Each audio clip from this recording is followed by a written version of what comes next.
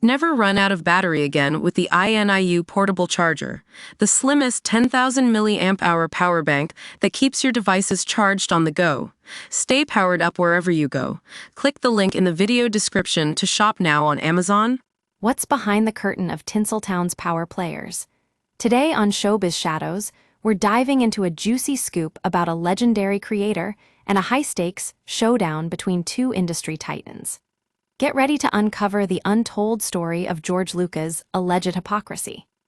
It turns out that even the most revered figures in Hollywood aren't above playing hardball when it comes to contracts and profits. Take, for instance, Diller's experience with Star Wars creator George Lucas on the development of the Indiana Jones franchise back in the 80s. Diller, who was CEO of Paramount Pictures at the time, recounts his feud with studio president Michael Eisner over whether to greenlight the first film, Raiders of the Lost Ark.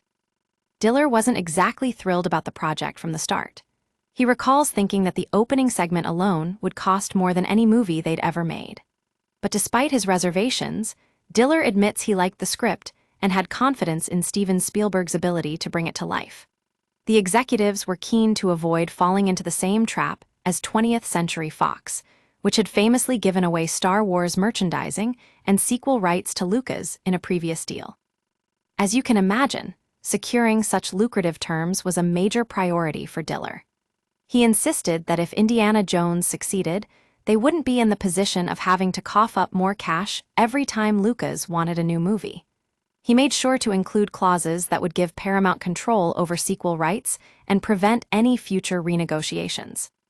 Well, it seemed like Diller's gamble paid off when Raiders of the Lost Ark went on to become a massive blockbuster in 1981.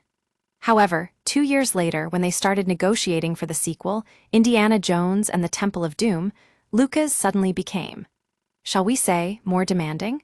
According to Diller, Lucas was holding out for even more money, which left Diller fuming.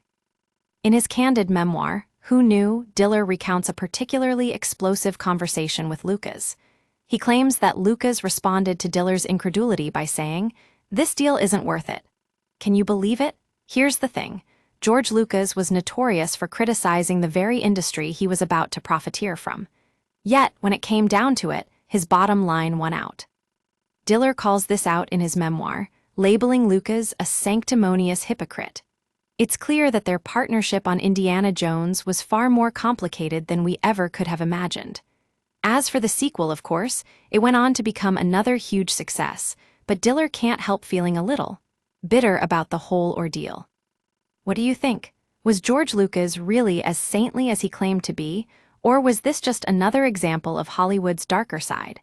Join us next time on Showbiz Shadows for more behind-the-scenes scoops and Tinseltown tales.